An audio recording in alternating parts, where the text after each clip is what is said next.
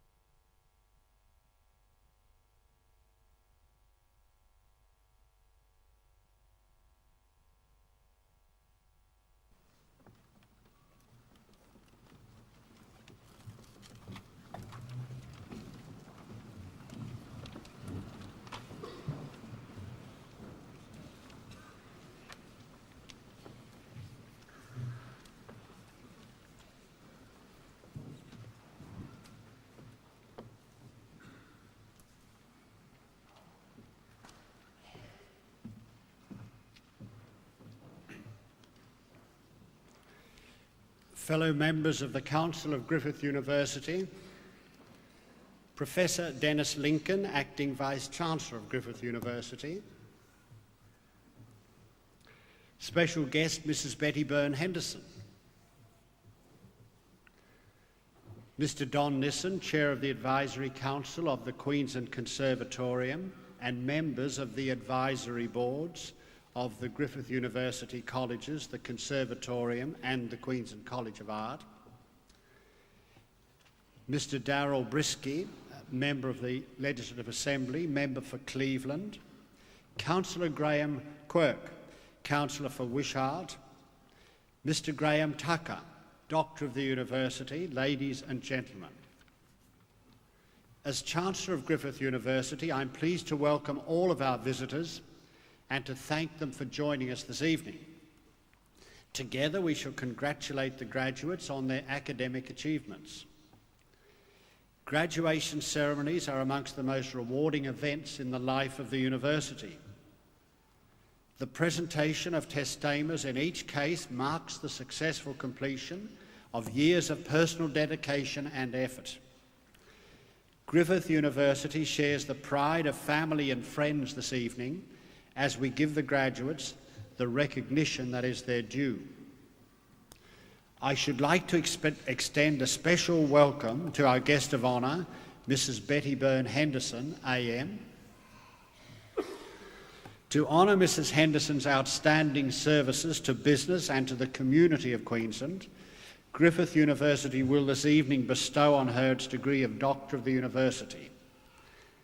We're extremely pleased that she's with us and we shall look forward to her address later in the proceedings. Last year, Griffith University celebrated its 25th anniversary, and there were special events to mark the achievements of the university in its short but distinguished history. The inaugural council of the university adopted an ambitious charter which had as its cornerstone innovation in teaching and research and a commitment of service to its community.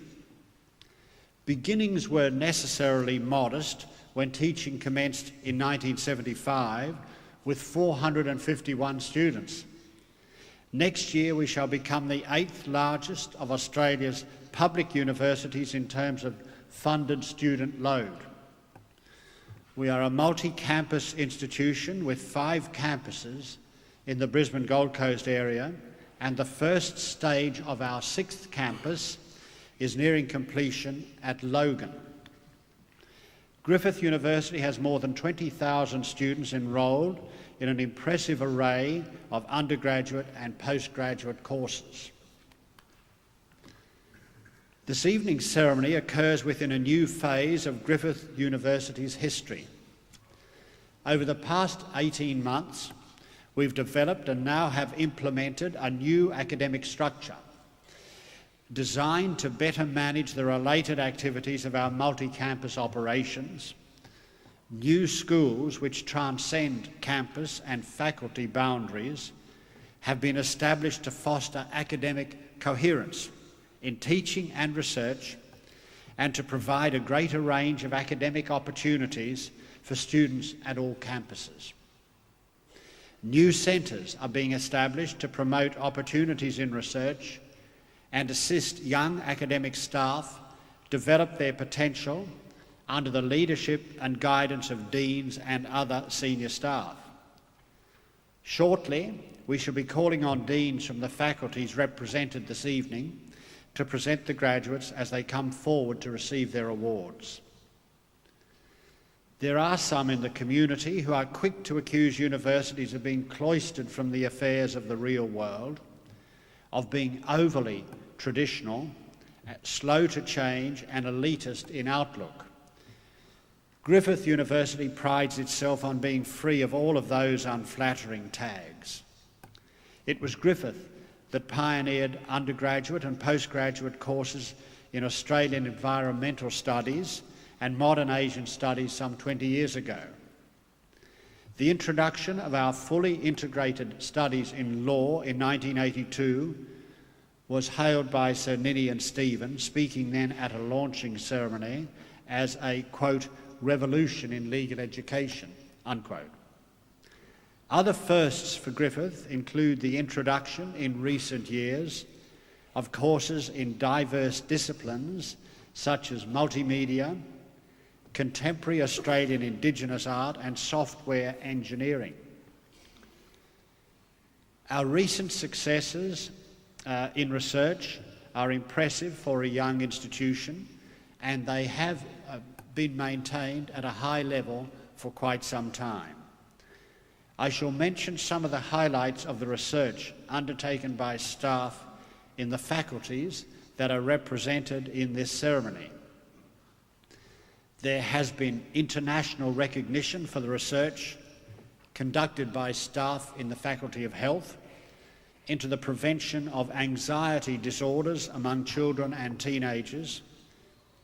A collaborative project has been undertaken between staff in the Faculty of Education with expertise in special needs education and the Queensland Department of Education to develop a kit designed to assist principals and teachers working with children with disabilities in mainstream schools.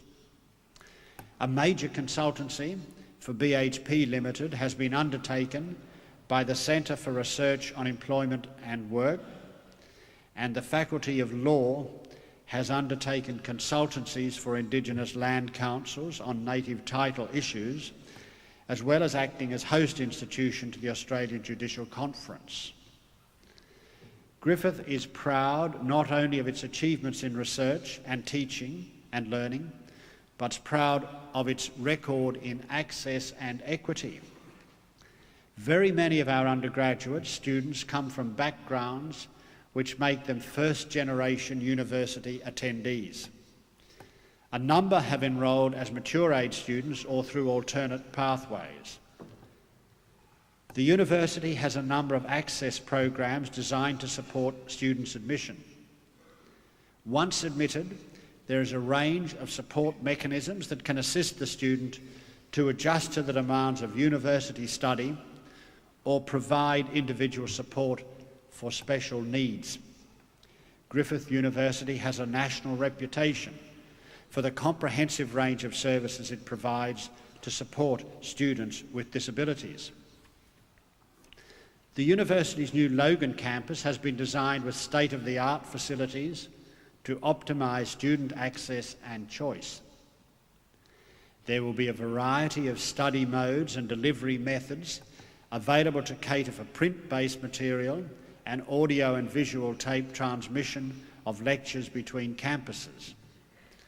A major investment in telecommunication infrastructure has provided a microwave link between the university's Brisbane campuses and those at Logan and the Gold Coast. This link will assist flexible delivery of subjects and courses at all campuses of the university. The university is anxious to make an appropriate response to the dynamic environment in which it operates. The tertiary education sector is facing a future that will be shaped by government agendas. All universities will have to cope with significant cuts to operating grants and research funding. Griffith's new academic and administrative structures will help the university deal with the particular challenges. Let me now return to our graduating students who are waiting patiently to be presented. We trust that all of them will derive long-term benefits from their studies. Their commitment and self-discipline have been demonstrated, and they will possess the knowledge and skills necessary for successful careers. Griffith will have splendidly equipped them for life's challenges. I again, speaking on behalf of the staff and students of the whole university and the council, express our warm congratulations and offer our best wishes to each of them. I now call on Professor Max Standage, Acting Deputy Vice-Chancellor Research, to introduce the Deans who will present the graduates from their respective faculties as they receive their awards at this ceremony.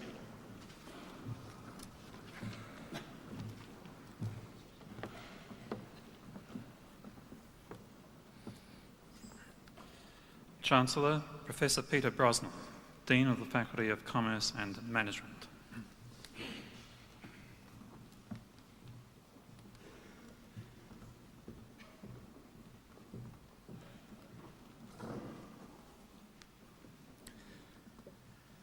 Chancellor, I present graduates who have been granted the Bachelor of Arts in Leisure Management. Bronwyn Allen.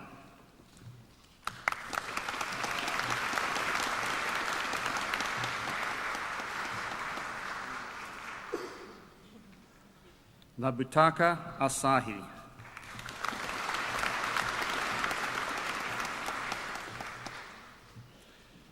Candice Carroll.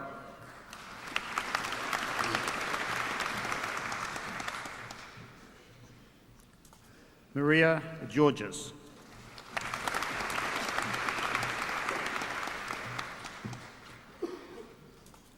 Jessica Hall.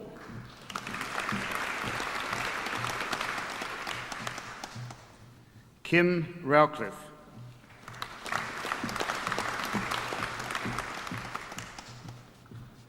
Glenn Wilson.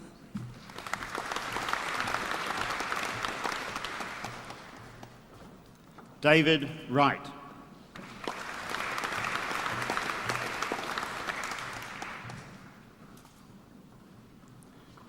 Chancellor, I present graduates who have been granted the Bachelor of Commerce.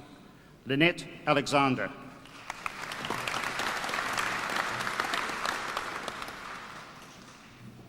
Simon Asimus.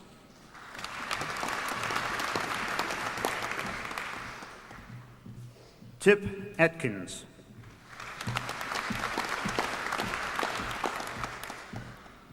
Julian Bellman.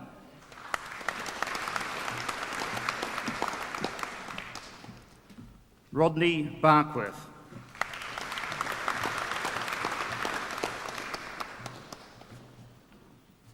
Carmen Bastida.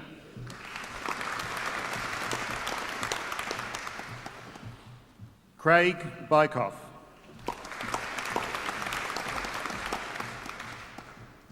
Craig Burrows.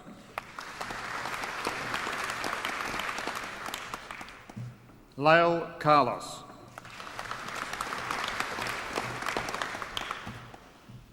Monica Chen.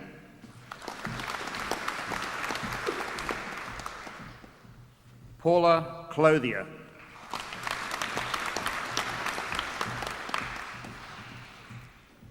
Carla Dagwell.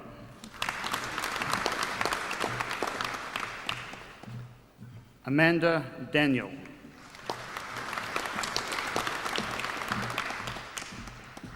Gina Dolan. Sasha Donnelly.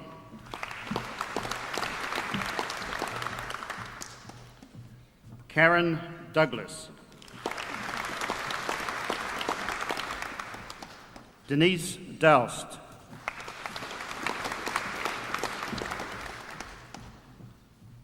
Sam Easterbrook.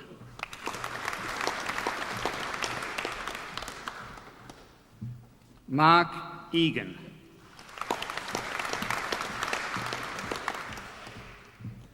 Angel Fung.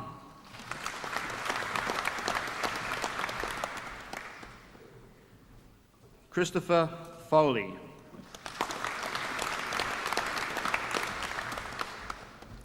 Carol Fraser.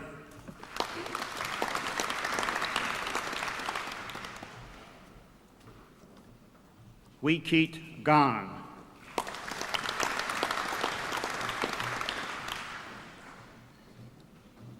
Kelly Hamer.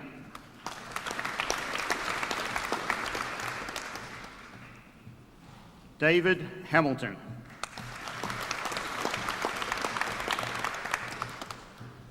Fiona Harley.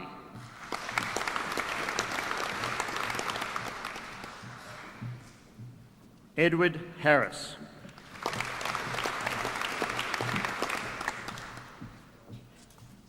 Michael Harth.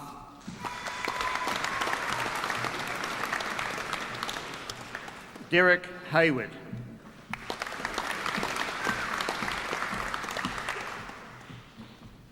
Gerard Hogan.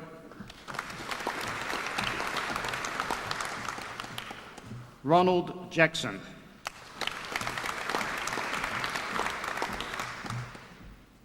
Rachel Johns.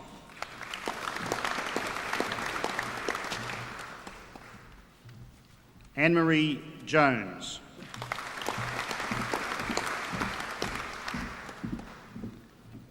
Patrick Kahn.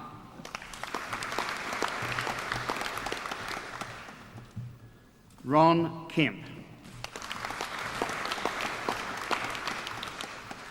Tak Lai.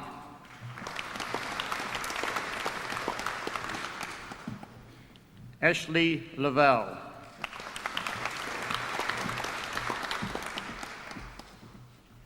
Kwan Ming Lee.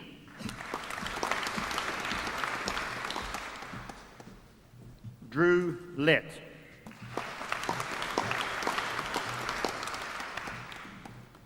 Haylin Lee.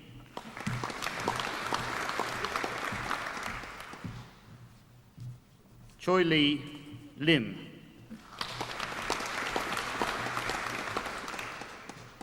Jennifer Mackey.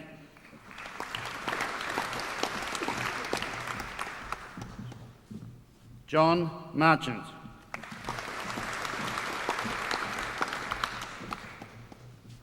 Michaela McGlynn. Nathan Maguire.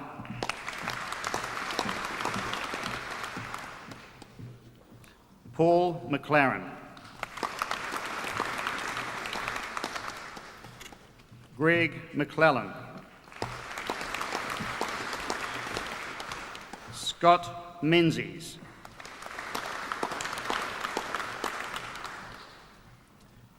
Tracy Mitchell.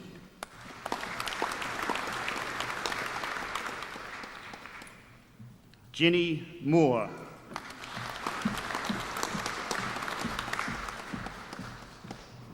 Darren Morris.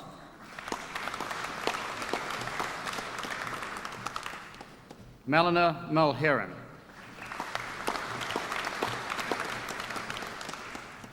Sonia Nantes.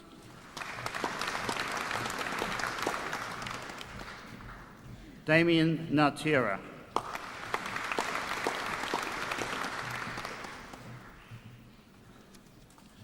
Adeline Nung.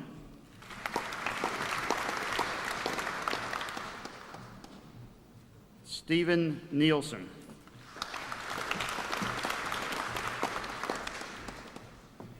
Caroline Nolan.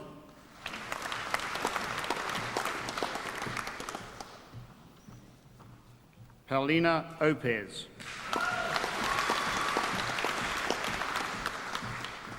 Scott Ormsby.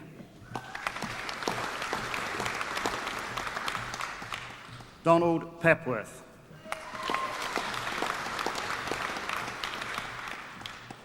Oscar Pereira.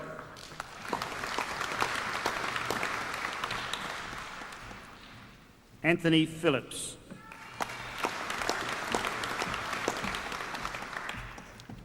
Tom Plunkett.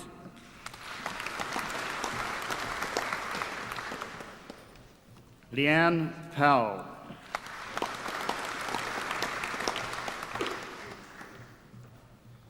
Janine Priddle.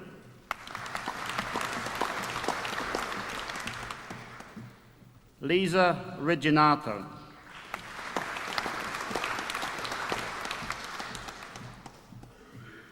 Marietta Reiher. Teresa Rizzo.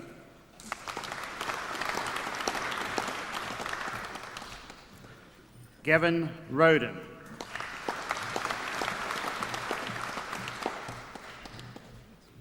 Peter Rowell.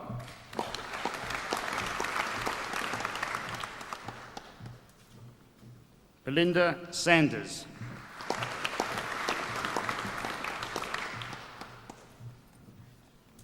Peter Scott.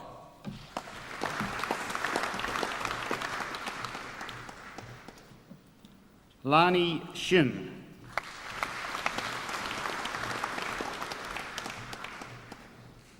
Sung Nyen Shu.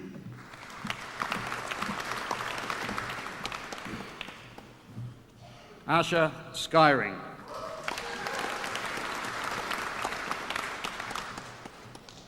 Tanya Steinhardt. David Stratford.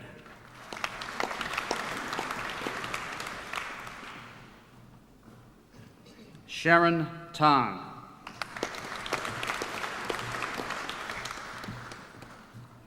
Ben Trim.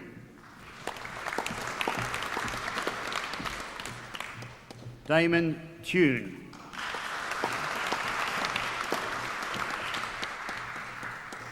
Esther Vandenbos. Inissa Van Deurs.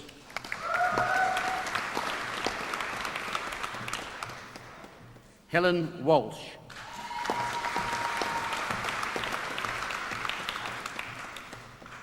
Calvin Warner.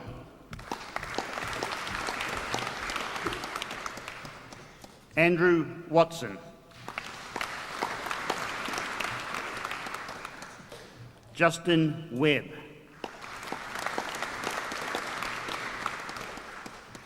Catriona White.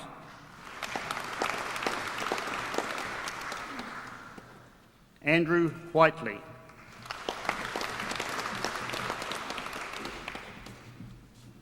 Bradley Witt.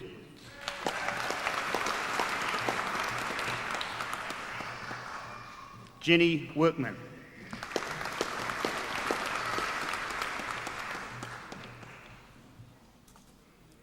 Chancellor, I present a graduate who's been granted the Bachelor of Commerce with second-class honours, Division A, Joan Corrie.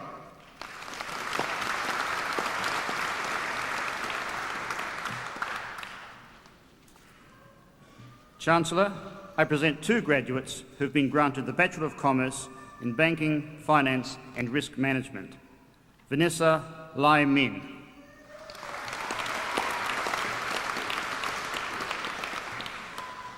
Matthew Long.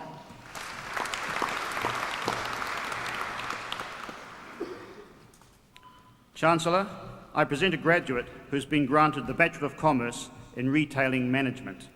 Erin O'Sullivan.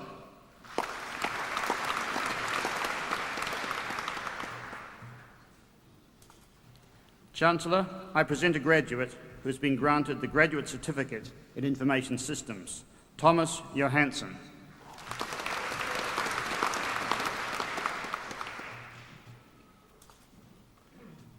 Chancellor, I present a graduate who has been granted the Graduate Diploma of Accountancy, Jimmy Yip.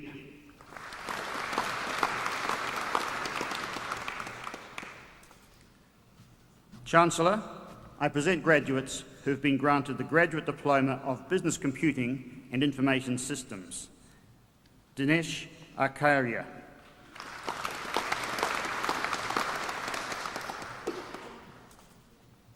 Yoti Bolapoli.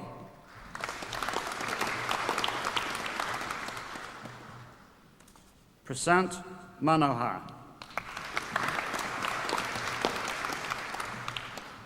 Prasant Raghavindra Rao.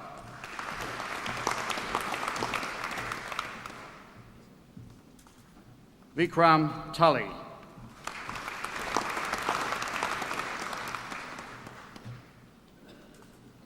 Gurpreet Verma.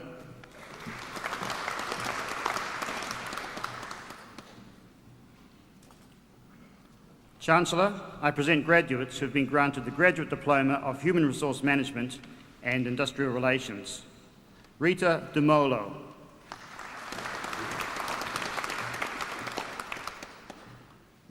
Philip Lai.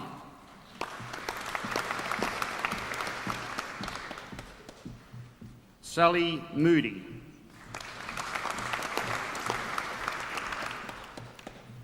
Vivian Norrie.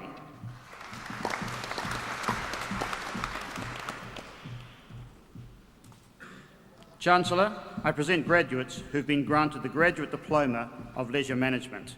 Alex Huang.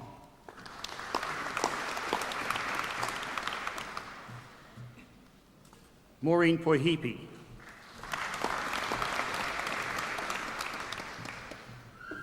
Veronica Trussler.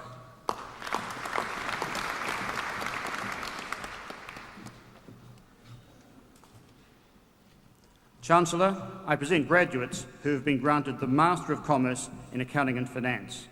Elaine Kaur.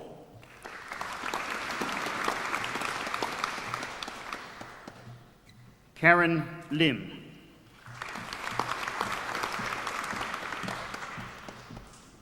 Sean Su.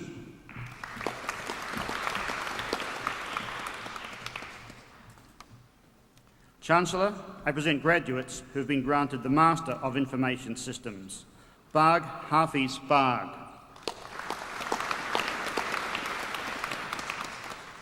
Ashwini Kundi. Ravi Kiran Mysore. Joseph Tanusapatra.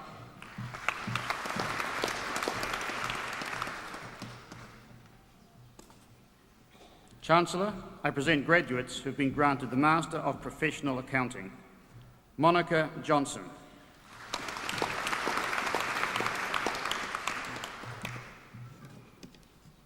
Charlene Turner. Ronald Willett.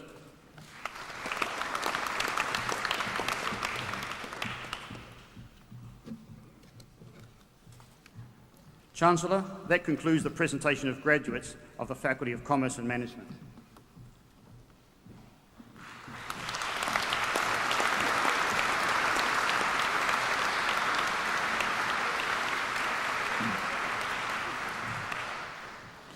Chancellor, Professor Marilyn McMenamin, Dean of the Faculty of Education.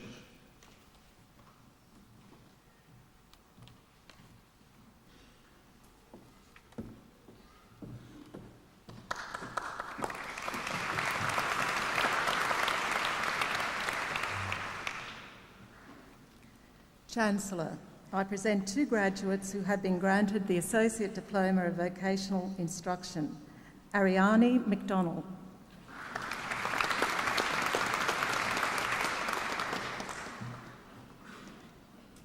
Christine Russell.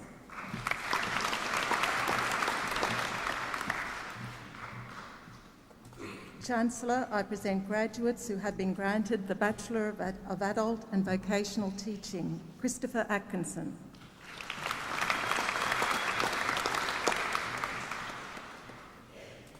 Dave Bosel.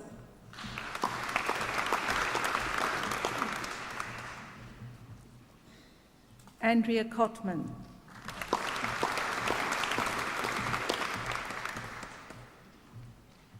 Brian Dale.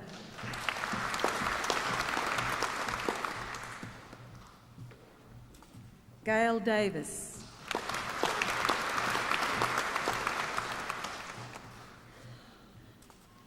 Anne DiMattia.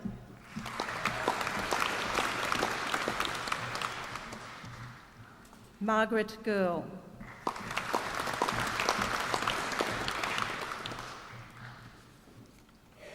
Vicky Godfrey.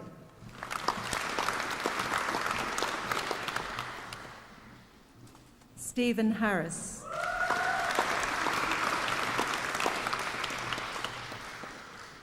Raymond Hodby.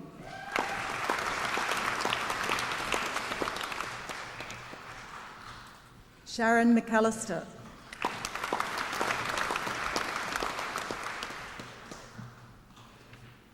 Peter Nunn.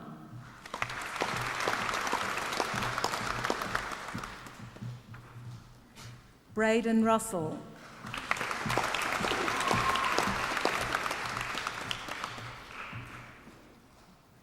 Monica Slater.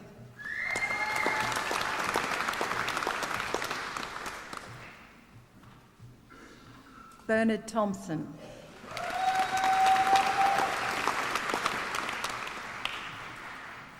Chancellor, I present graduates who have been granted the Bachelor of Arts. Andrew Forrest.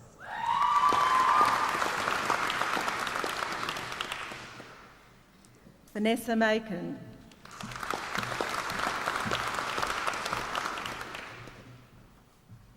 William Mackenzie.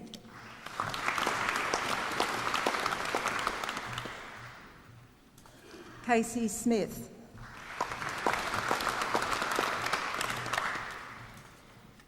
Chancellor, I present graduates who have been granted the Bachelor of Education. Cherie Carr.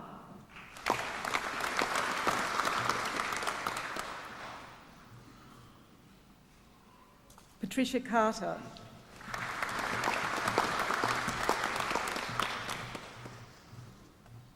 Lisa Diakos.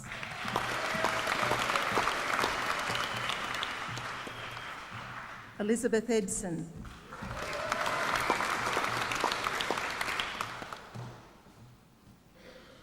Gail Inall.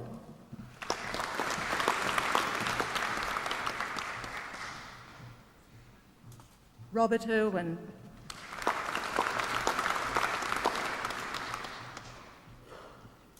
Alan Jameson.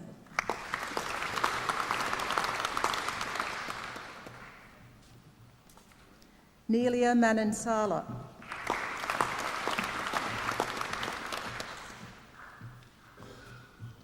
Jill Marley.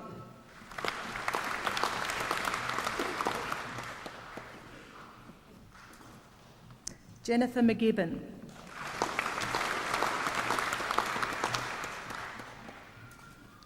Thai New Inn.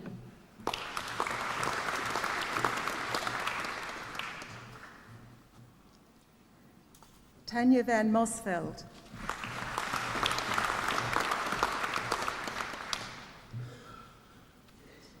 Bruce Wadd.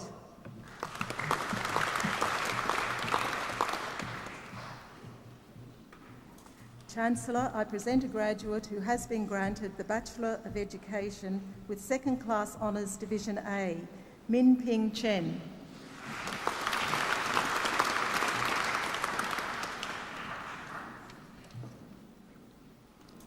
Chancellor, I present a graduate who has been granted the Graduate Certificate in Visual Arts, Stephanie Eales.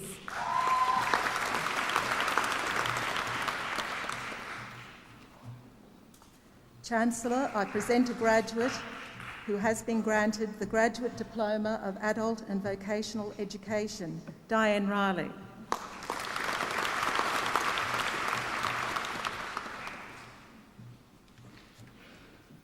Chancellor, I present a graduate who has been granted the Graduate Diploma of Education, Kirsten Bishop.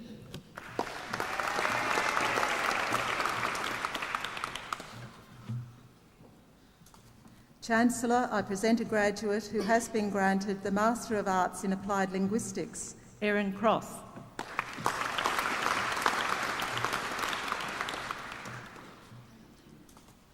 Chancellor, I present two graduates who have been granted the Master of Education, Joan Thompson.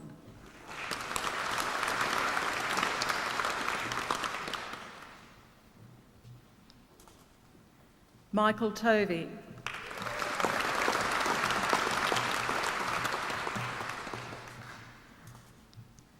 Chancellor, I present a graduate who has been granted the Master of Special Education, Robin Spencer.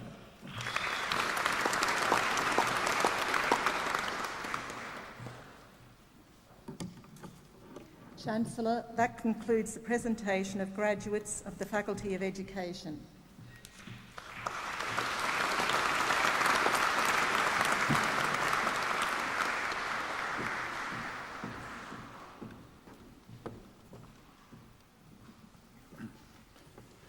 Chancellor, Professor John O'Gorn, the Dean of the Faculty of Health Sciences.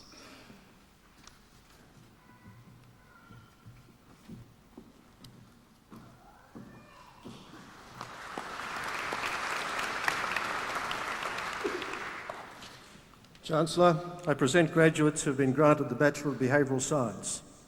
Belinda Dalton.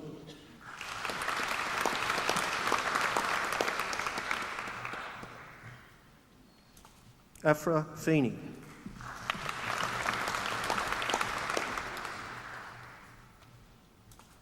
Melissa Gartner.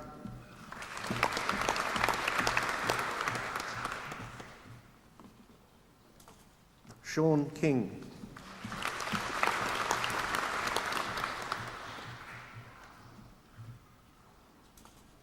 Annette Schuler.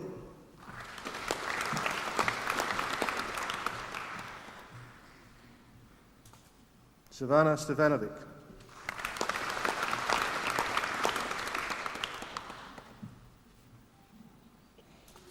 David Wainwright.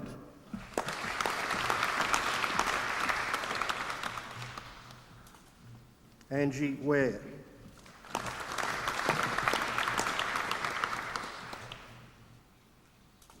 Esther White.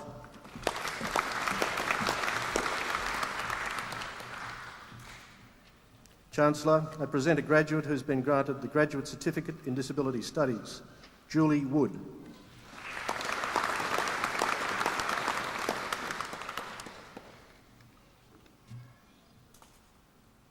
Chancellor, that concludes the presentation of graduates of the Faculty of Health Sciences.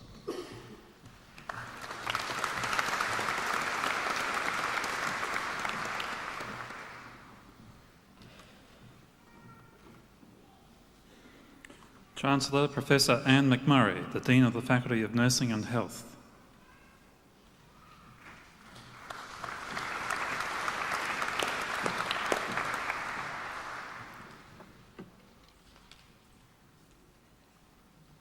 Chancellor, I present graduates who have been granted the Bachelor of Nursing. Carol Anderson.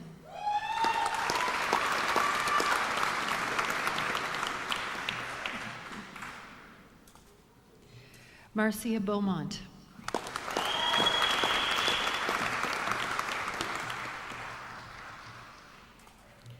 Kathleen Kahn.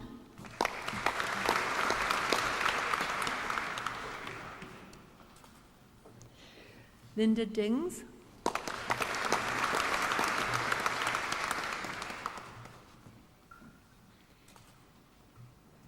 Melody Downey.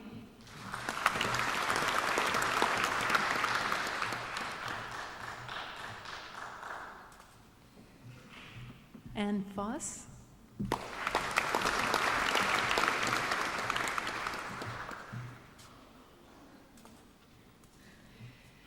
Jan Gorbaz.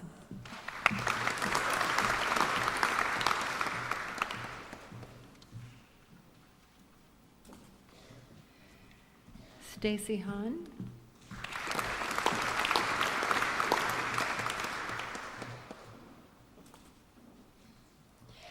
Karen Jones.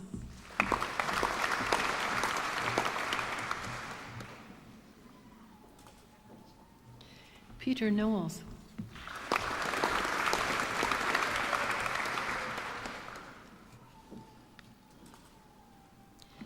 Judith Palmer.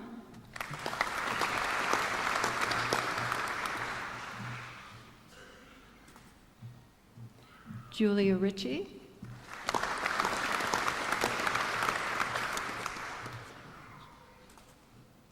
Mary Smith.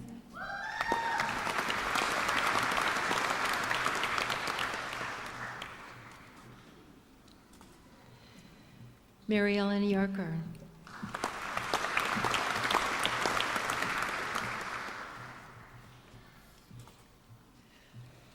Chancellor, that concludes the presentation of graduates from the Faculty of Nursing and Health.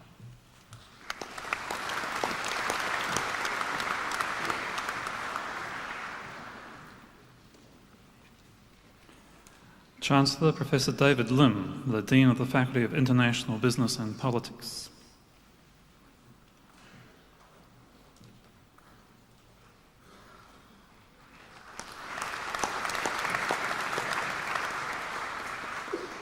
Chancellor, I present graduates who have been granted the Graduate Diploma of Economics, Matesh Faculty.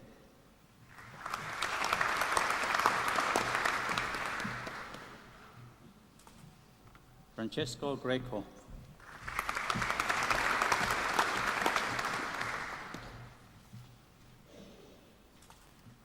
Shahrukh Khan.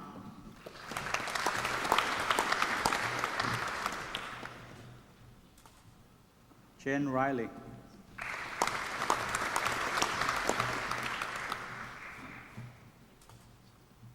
Chancellor, I present a graduate who has been granted the Graduate Diploma of Public Sector Management, Linda Shawcross.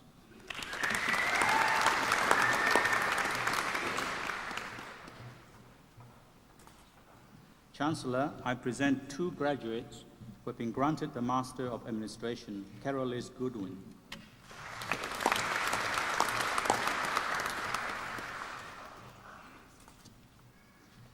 Zoltan Kalinac.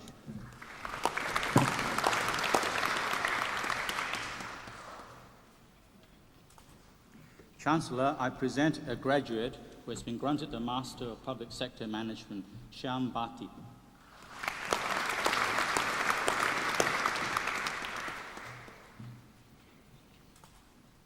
Chancellor, that concludes the presentation of graduates from the Faculty of International Business and Politics.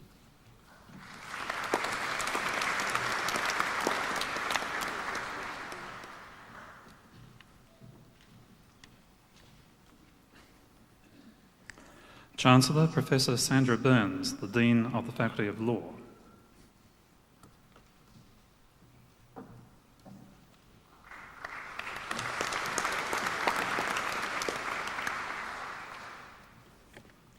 Chancellor, I present graduates who have been granted the Bachelor of Laws and Bachelor of International Business.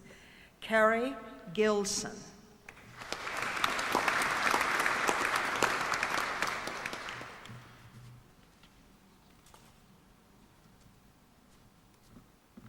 Julie Sharp.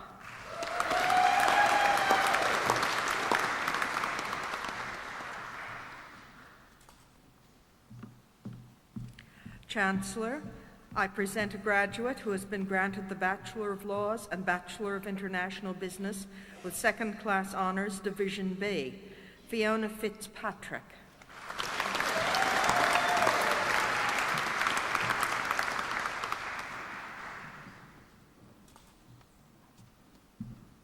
Chancellor, I present a graduate who has been granted the Bachelor of Biomedical Science with second-class honour, Division A, from the Faculty of Science, Vivian Hui Min Tang.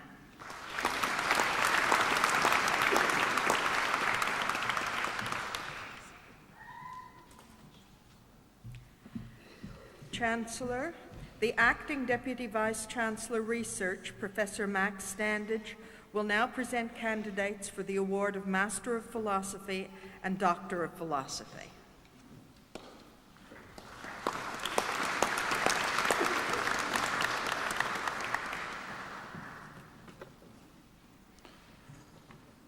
Chancellor, tonight the University is proud to honour graduates who have satisfied the rigorous criteria for the award of the degree Master of Philosophy. Chancellor, Hisako Bucknell has been granted the degree of Master of Philosophy taken in the Faculty of Education. The title of Miss Bucknell's thesis is An Investigation into Strategies Used in Interactive Video Disc Tasks for Listening Comprehension of Japanese as a Second Language. Chancellor, I present Hisako Bucknell.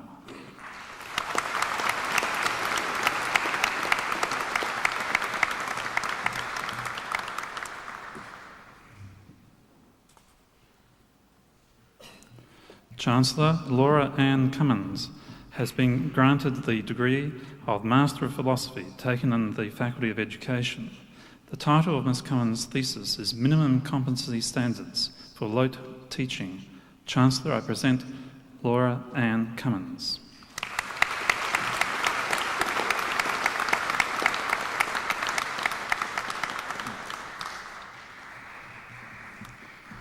Chancellor, before proceeding with the presentation of graduates who have been granted the degree of Doctor of Philosophy, I will read a citation introducing each of those graduates. Tonight, the University is proud to honour its Doctor of Philosophy graduates who have satisfied the rigorous criteria for the award of the degree. Chancellor, the following graduates have been granted the degree of Doctor of Philosophy taken in the Faculty of Commerce and Management. Dr. Cameron Allen identified the significant changes in the nature of work and employment in Australia in the 1980s and 90s and examined the scope of these changes in the Queensland hospital industry and the effect it had on employees. The main findings of the research are that Queensland hospital employees are increasingly likely to be working more intensely and to be located in insecure and precarious forms of employment. Dr. Allen.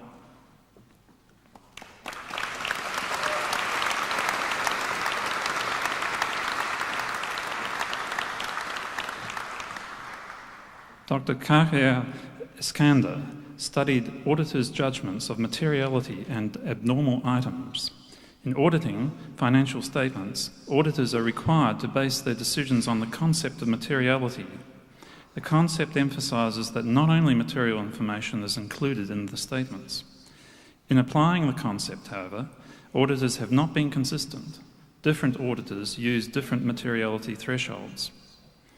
Dr. Iskander's study found that the inconsistencies are caused by the environmental differences between industries. Further research into different dimensions of an industry is necessary to help auditors direct their focus. Results also show that different accounting purposes require different materiality thresholds. The findings suggest that more specific guidelines may need to be considered. Dr. Iskander.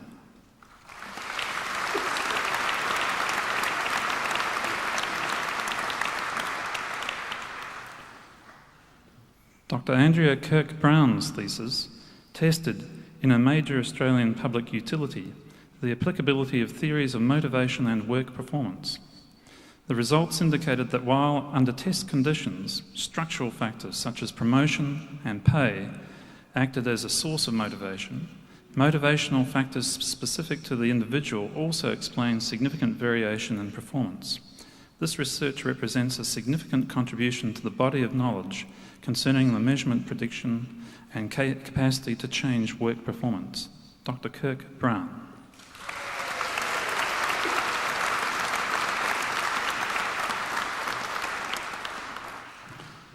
Chancellor, the following graduates have been granted the degree of Doctor of Philosophy taken in the Faculty of Education. Dr. Helena Austin's study discovers new ways of considering school children by examining notions of childhood, evident in a children's novel, classroom talk, and writing. The findings indicate that students who were able to collaborate in the teacher's theories of the child were those most able to participate in classroom work. This work has significant implications for teaching and for research efforts in human development. Dr. Austin.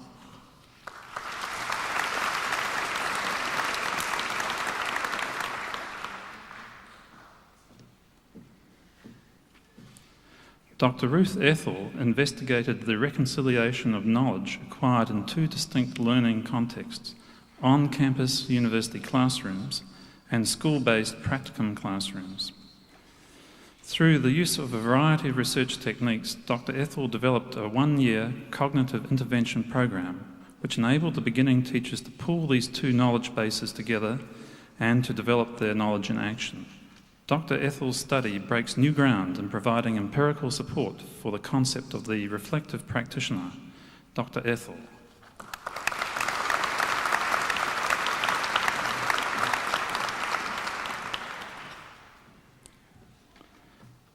Dr. Wereshat Supanyo's research sought to illuminate the problems arising in evaluations of traditionally non-Western higher education systems. Dr. Supanyo has found that the problems usefully may be explained through a dimensional framework of intercultural tensions, in which the fundamental tension is that generated by a firm commitment to the symbolic importance of program evaluation, while rejecting its practical implications for system improvement. Dr. Supanyo.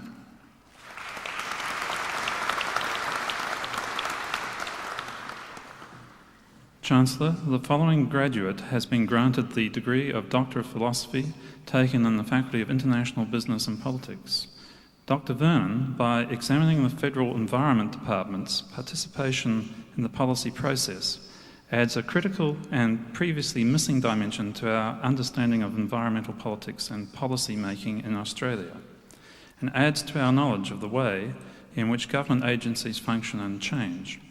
Dr. Vernon showed how the Environment Department has responded to and sought to modify the policy environment in ways which reflect both its institutional structures, resources and history, and the particular decision-making arrangements which apply in the field of environmental policy. Dr. Vernon.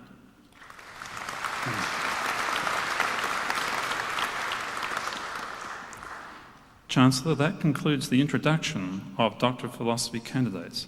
I now ask that they be presented with their awards.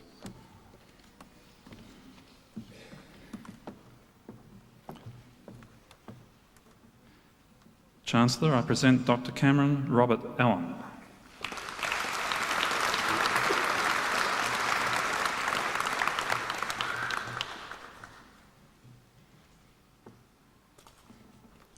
Chancellor, I present Dr. Takia Iskander.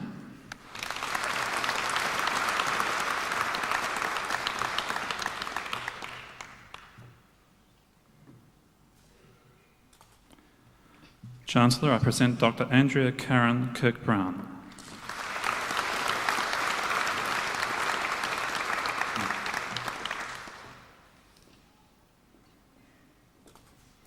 Chancellor, I present Dr. Helena Lee Dittmar Austin.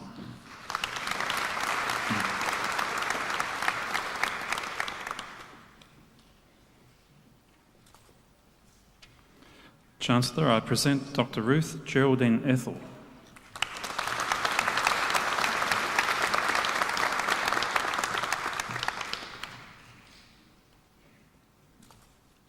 Chancellor, I present Dr. Werishat Supanya.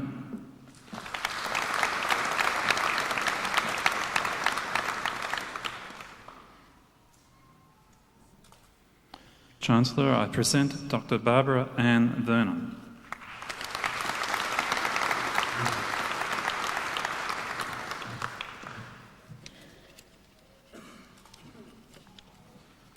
Chancellor, that concludes the presentation of Doctor of Philosophy graduates.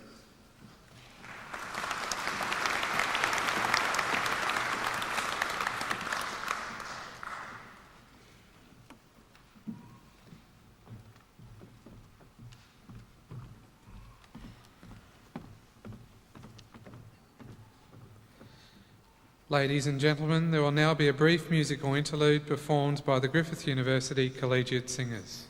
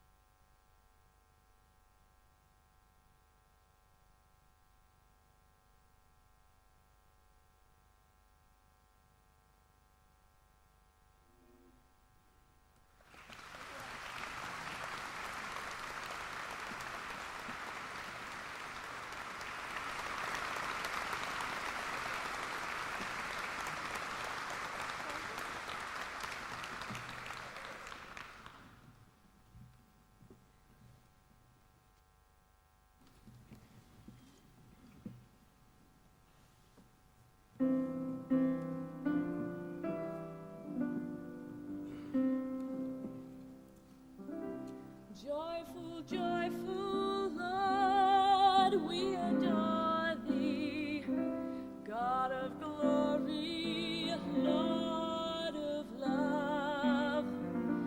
Hearts unfold like flowers before thee, hail thee as the sun above. Melt the clouds of sin and sadness, drive the dark of doubt away.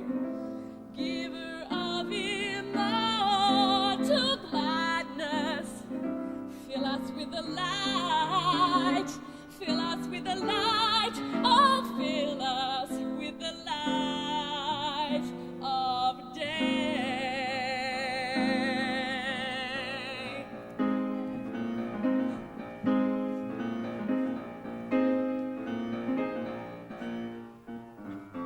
Joyful, joyful Lord, we adore thee, God of glory, Lord of love. Hearts unfold like flowers before thee, hail thee as the sun above. Melt the clouds of sin, sin and sadness, drive the dark of doubt away. Drive it away, giver of immortal gladness. Fill us with the light of day, light of day. Come and join the chorus, the mighty, mighty chorus, which the morning stars began. The Father of love is reigning over us. He watches over everything, so we sing. Joyful, joyful Lord, we adore thee, God of glory, Lord of love. Hearts unfold like flowers before thee, hail thee as the sun above. Melt the clouds of sin, sin and sadness, drive the dark of doubt away. Drive it away, giver of immortal gladness. Fill us with your light, oh Lord. Fill us. Don't you know we need you now? Fill us with your light. Fill us. Let your light shine on us. Fill us. Fill us with your light, oh Lord. Fill us. Fill us. Fill us with your light. Fill us.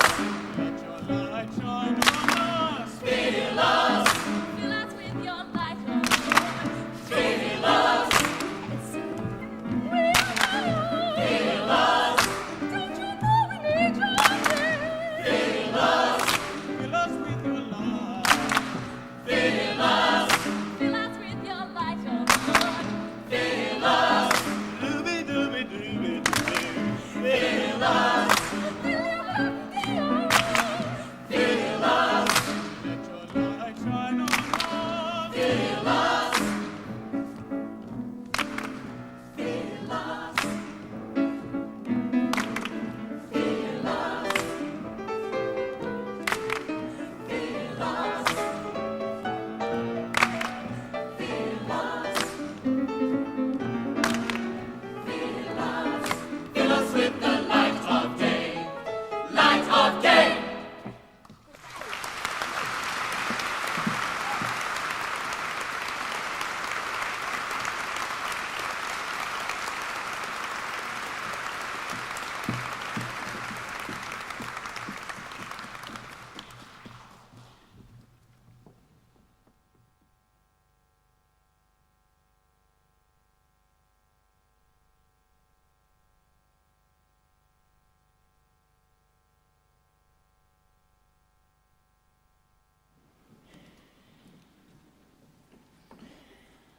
Chancellor, the Acting Vice-Chancellor, Professor Dennis Lincoln, will now present a candidate for the award of the Medal for Outstanding Service and a candidate for the degree of Doctor of the University.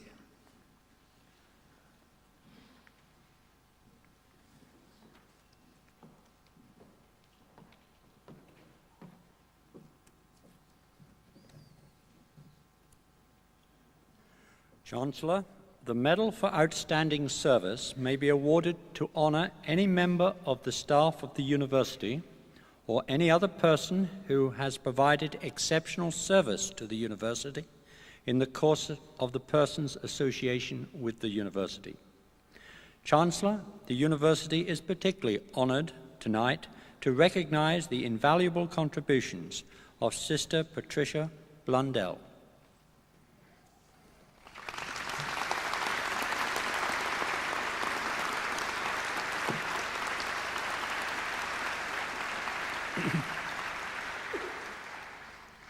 Chancellor, the University is honoured tonight to recognise the contributions of Sister Patricia Ann Blundell.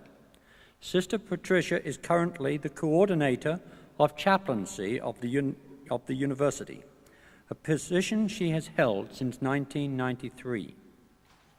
She has been a member of the Congregation of the Sister of Mercies, Brisbane, since 1967.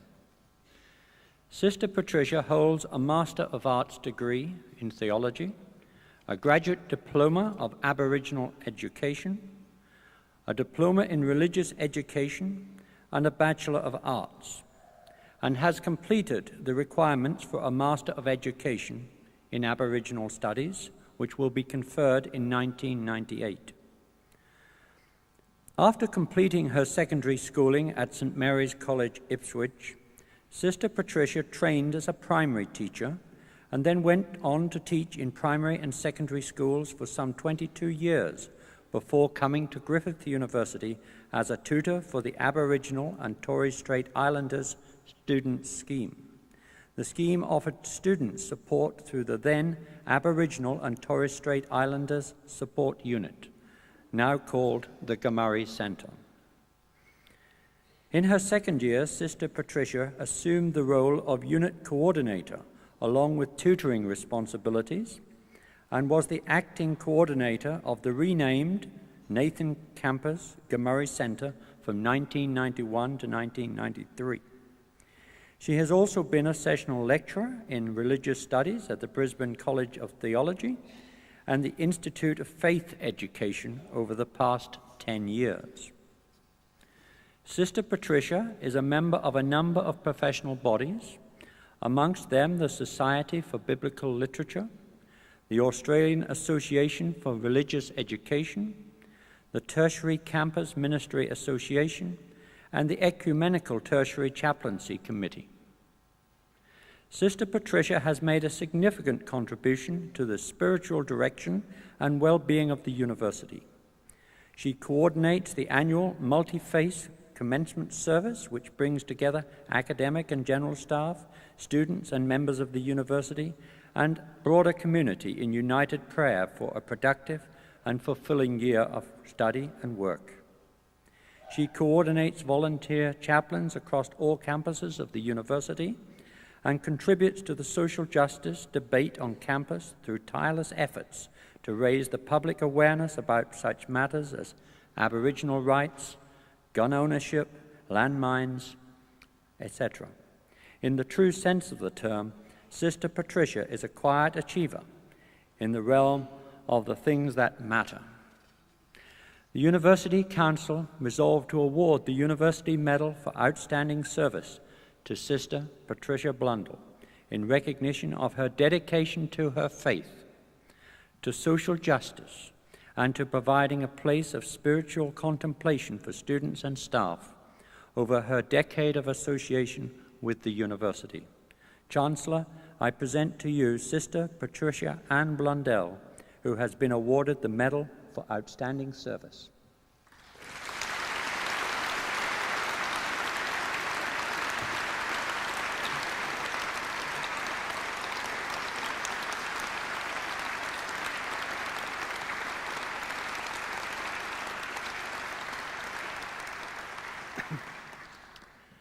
Chancellor, I now present a candidate for the degree of Doctor of the University. Chancellor, the Council of the University has resolved to award the degree of Doctor of the University to Mrs. Betty Byrne Henderson, AM.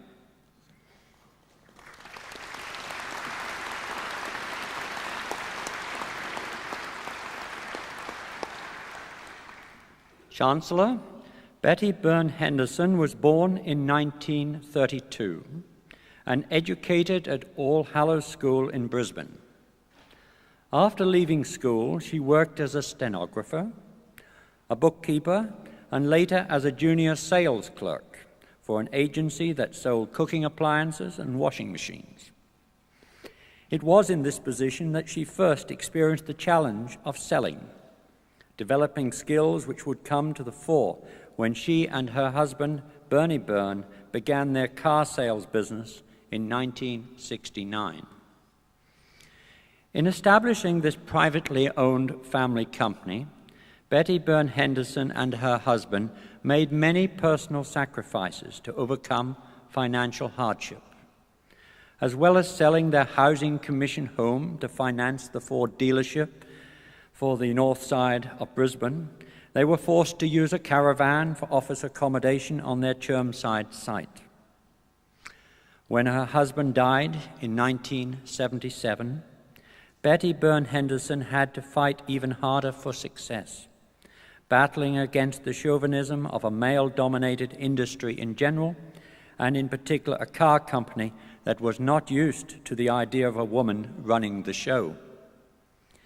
She decided not only to carry on the Byrne business, but to make it even better.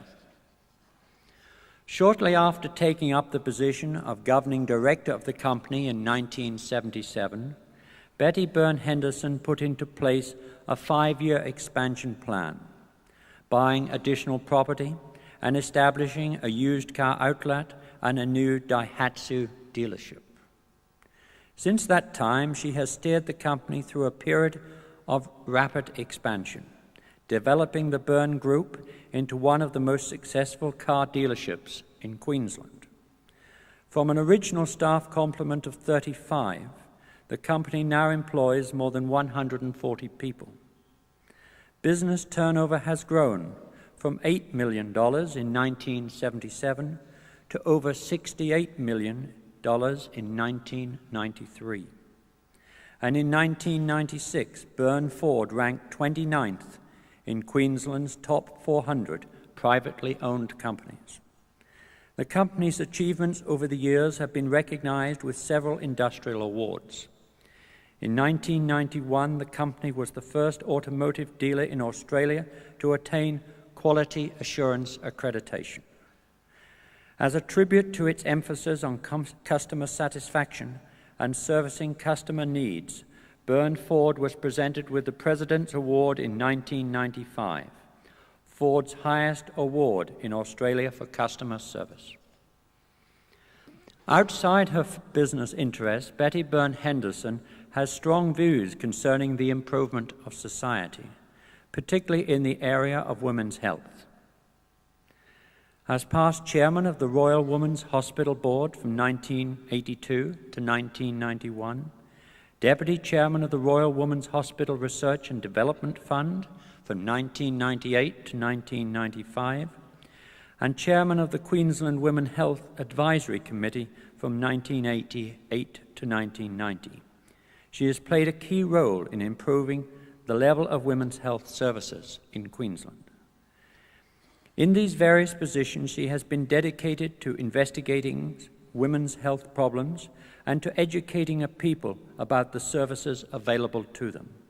She was particularly concerned with the welfare of women in remote areas, introducing travelling mammography buses to service the needs of women in outback areas. She also focused on Aboriginal health issues, paying special attention to the development of the midwife systems in Aboriginal communities. Since handing over the Byrne Group of companies to her son in 1996, Betty Byrne Henderson has concentrated on a wide range of board and community interests.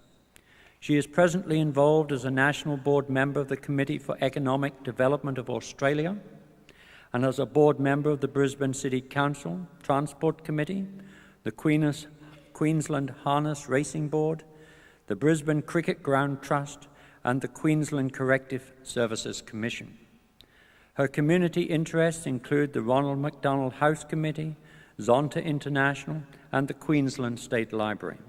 Foundation, of which she is a foundation member.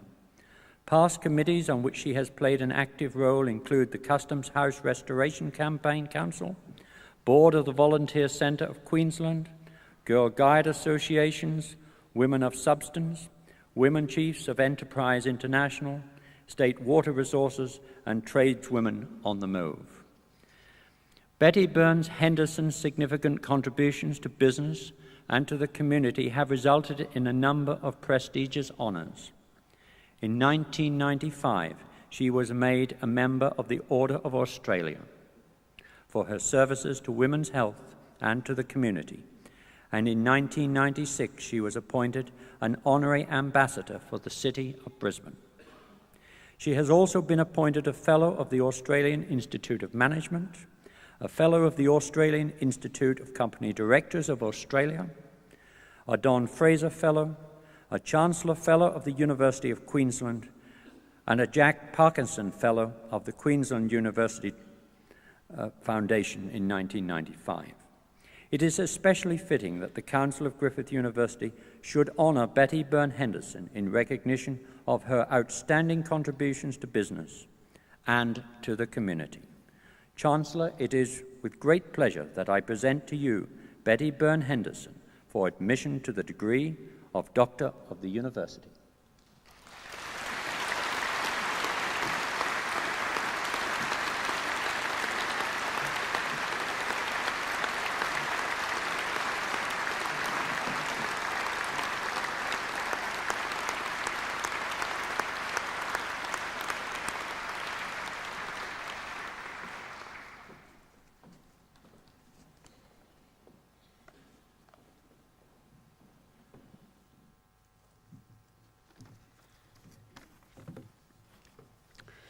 I now call upon Dr. Henderson, AM, Doctor of the University, to deliver the occasional address.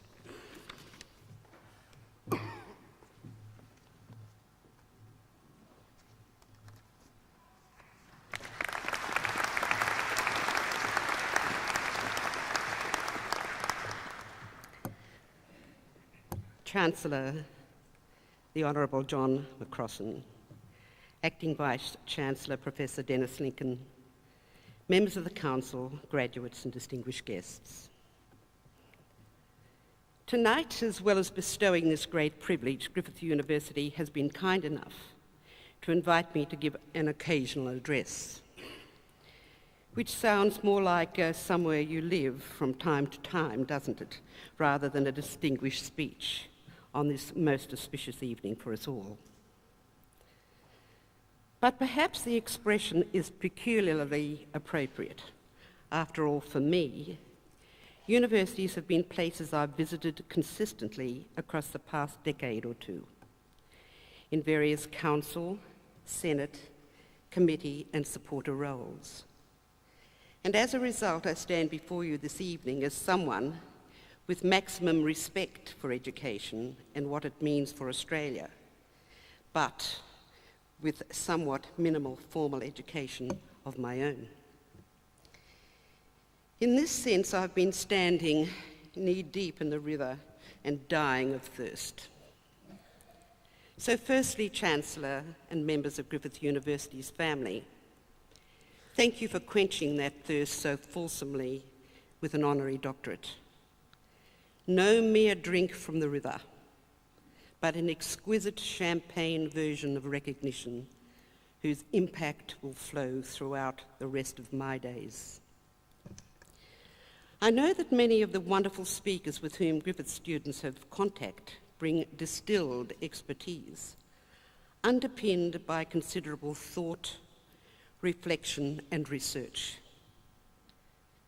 My graduations, in contrast, have been the graduations of life, hurly-burly of business, and the challenge of community involvement. I recall that a guest of Albert Einstein once asked to be shown his laboratory, and the great scientist replied by smiling, holding up his fountain pen and pointing to his head.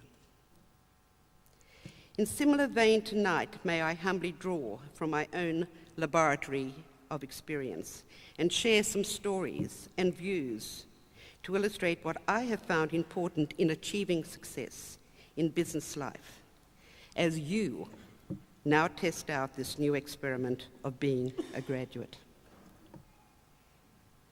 Success always requires chemistry between elements. It strikes me that the elements that you will have been touched by at Griffith, the elements in Griffith's mission statement, innovation, bringing disciplines together, internationalization, equity, social justice, and lifelong learning are especially apt in any discussion of success in contemporary times. Indeed, may I say how good it is to see a mission statement in use. Many of the organisations I see that are successful live their mission, keep it as their heartbeat and the motivating and uniting force for the individuals who made up that organisation, rather than taking out a prettily worded but hollow statement at annual report time each year and dusting it off. Individuals who are successful also live with the same sense of commitment to what they do. Of course, through our lives, we will all be part of several organisations, and you will take the mission, culture, and core values of Griffith University into whatever roles you assume, and what roles they may be. The people in this room are marked by an individual desire to excel. To me, the hallmark of real achievers is their desire to excel for their society and community. And in doing, the inevitable and unsought byproduct is that they excel for themselves. They know that the truly important aspects of life have no price tag. A philosophy that people like Mother Teresa and Princess Diana understood and lived well. I believe the achievers in the workplace or in society bring a blend of passionate pragmatism to what they do, with impressive result. They also need to be informed opportunists, so they can grasp the trends, the chances, and use them to bring innovation, the lifeblood of growth, and the first strand of Griffith's mission. I've never had much time for the herd instinct, and risks are at the core of all innovation, and I am a risk taker from way back. Just before Griffith University opened back in 1969, Ford offered my late husband and I its second franchise in Brisbane. And we had no idea how we would raise the $20,000 needed to operate the dealership. It might as well have been $200,000 to us. But this was clearly our best chance to make something of our lives. And I believe that our dreams are our possibilities in life. After all, adventurous hearts accomplish great things. And besides that, if you aim at nothing, you'll always hit it. So every so often, I guess you have to let your spirit of adventure triumph over your good sense. So back in 1969, Bernie and I tallied our total assets at $5,000, just a quarter of what we needed, and it seemed like our mission impossible. Bernie's colleagues did everything they could to dissuade us, and they stressed how bad the car market was at that time and said that we would go under for sure. But we took the risk, and we were almost totally owned by the finance companies and the banks.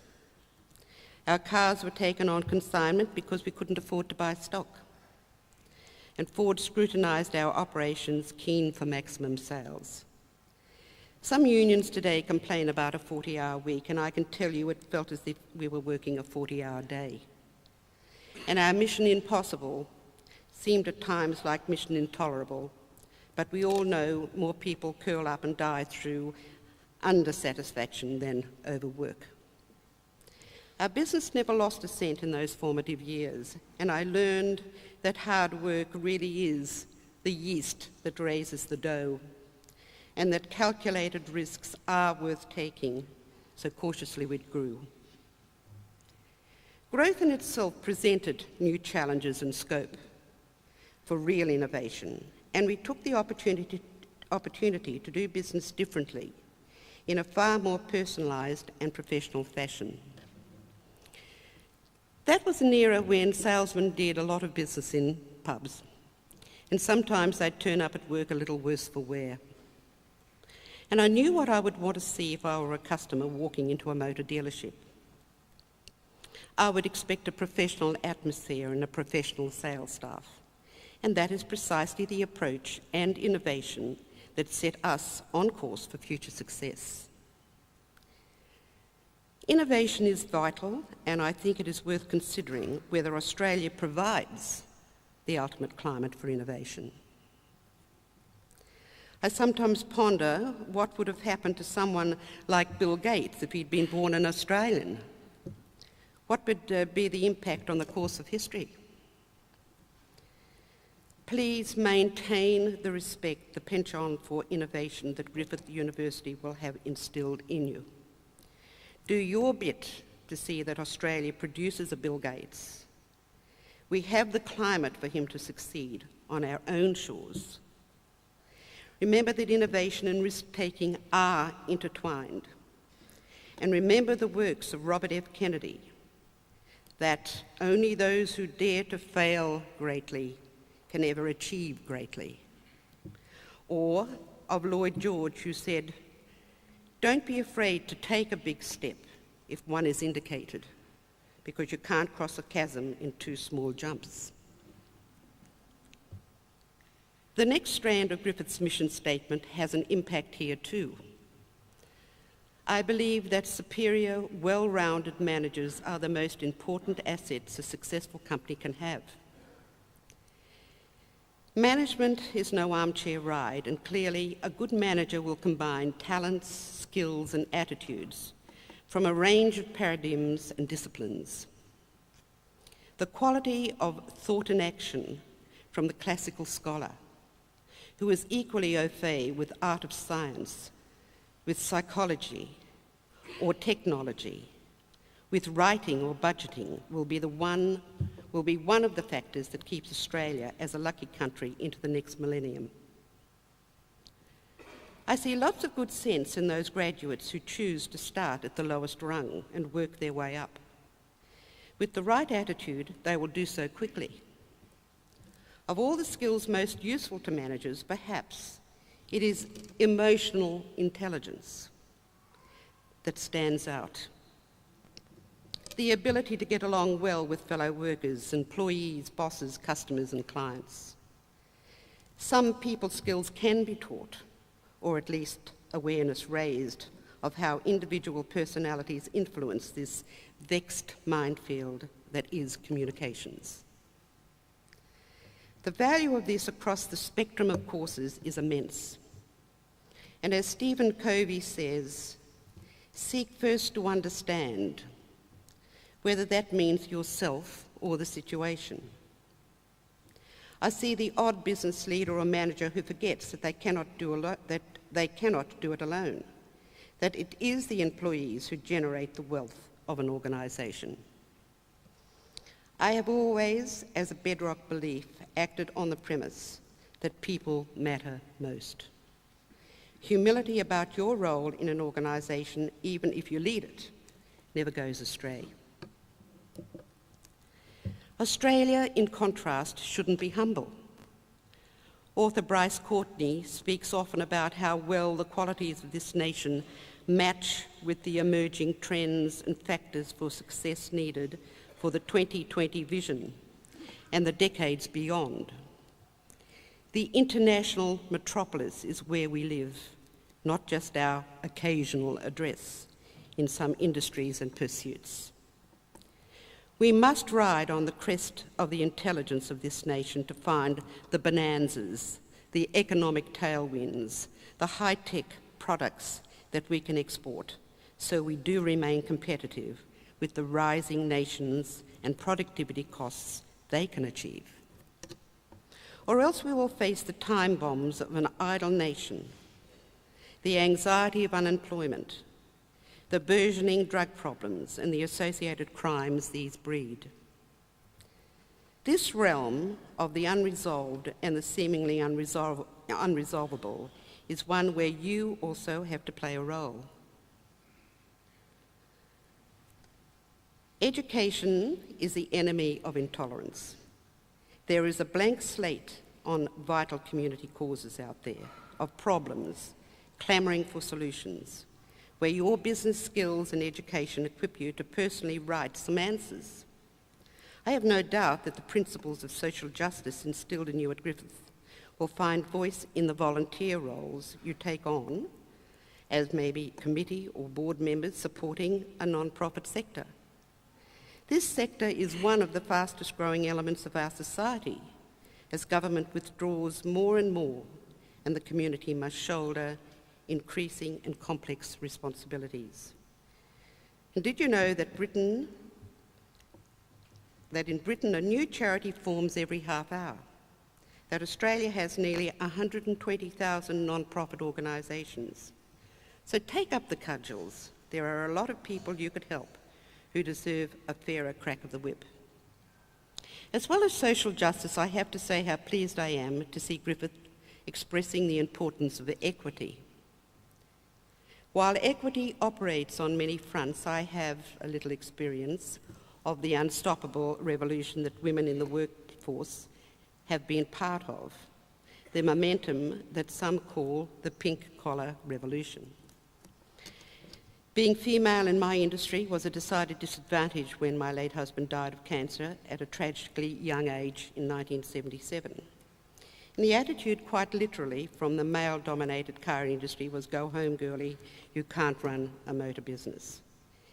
The industry certainly could have used a good equity policy then. Thankfully, that industry and many others like it have travelled a great attitudinal distance in the decades since. The education industry amongst them, I am amazed that in one generation such 7-league boot strides have occurred. In my day, if you were female, you were stereotyped in your career choices and went nursing or teaching or became a stenographer in those few short years before marriage became your career terminus. And for many, that was a frustrating and disappointing set of circumstances. And the high rates of mental illness amongst married women of those decades confirms this. Now I know so many young mothers who managed to be devoted to their children as well as owning and managing businesses.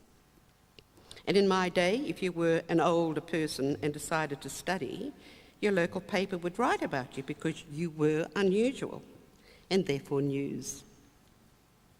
This concept today of lifelong learning, of making universities literally an occasional address, is so logical and a great response to the change that is such a thread in the tapestry of our lives today. And I am delighted that people of all ages and stages of their lives are being encouraged to venture afresh into fields of thought or to round off the wisdom gained in the University of Life. In turn, to round off these few words this evening, may I reiterate my thanks for this great honour. My congratulations to all the graduates here tonight. And may I leave you with two special thoughts I have encountered of late. The first is the definition of a university as being four walls with tomorrow inside. You are very important to Queensland's tomorrow, to Australia's tomorrow, and to the globe's tomorrow.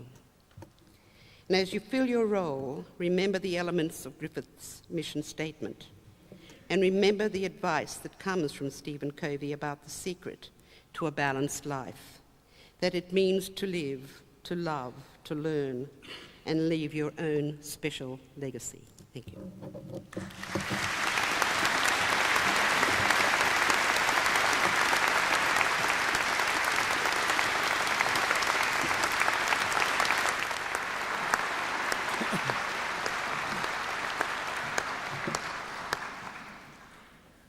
Dr. Betty Byrne-Henderson, it's gives me very great pleasure to say a few words of thanks on behalf of Griffith University and all the people gathered here tonight.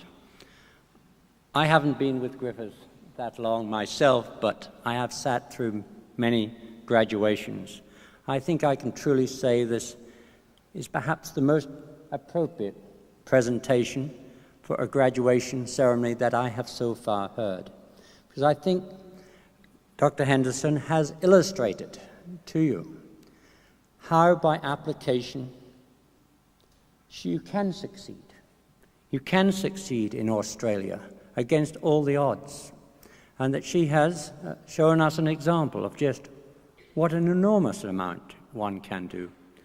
I mean, she speaks of Australia maybe producing a Bill Gates, but I think if we could produce 10 Betty Byrne Hendersons from the audience here tonight, I would be very proud of Griffith's contributions to Queensland.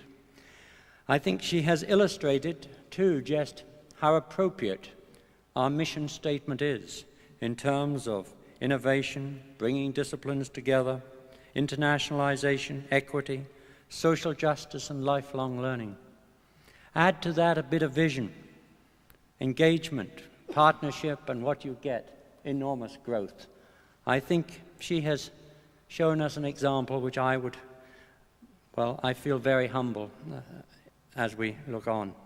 Betty, I think you are an example to us all, and I thank you for the presentation that you have given us this evening.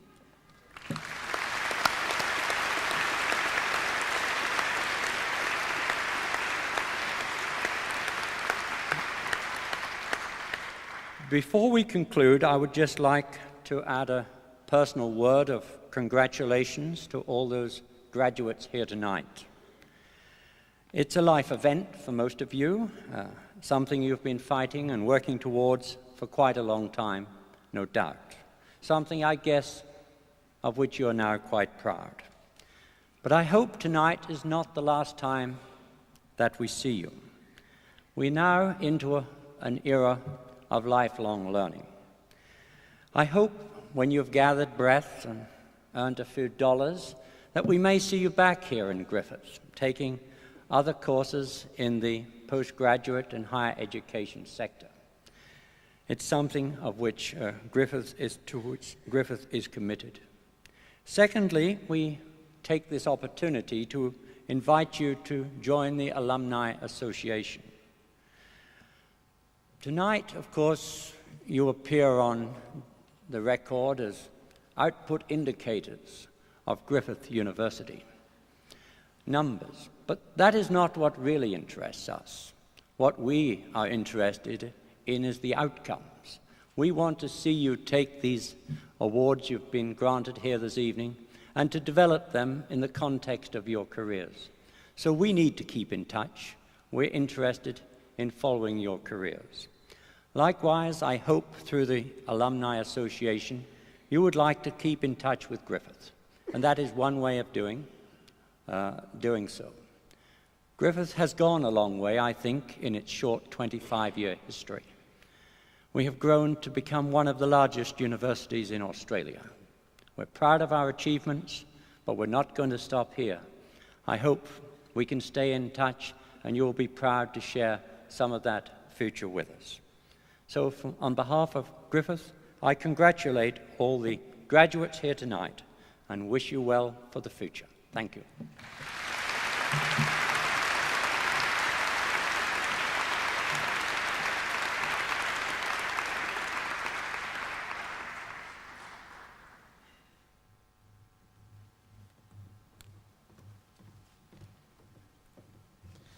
Ladies and gentlemen, the ceremony is now concluded.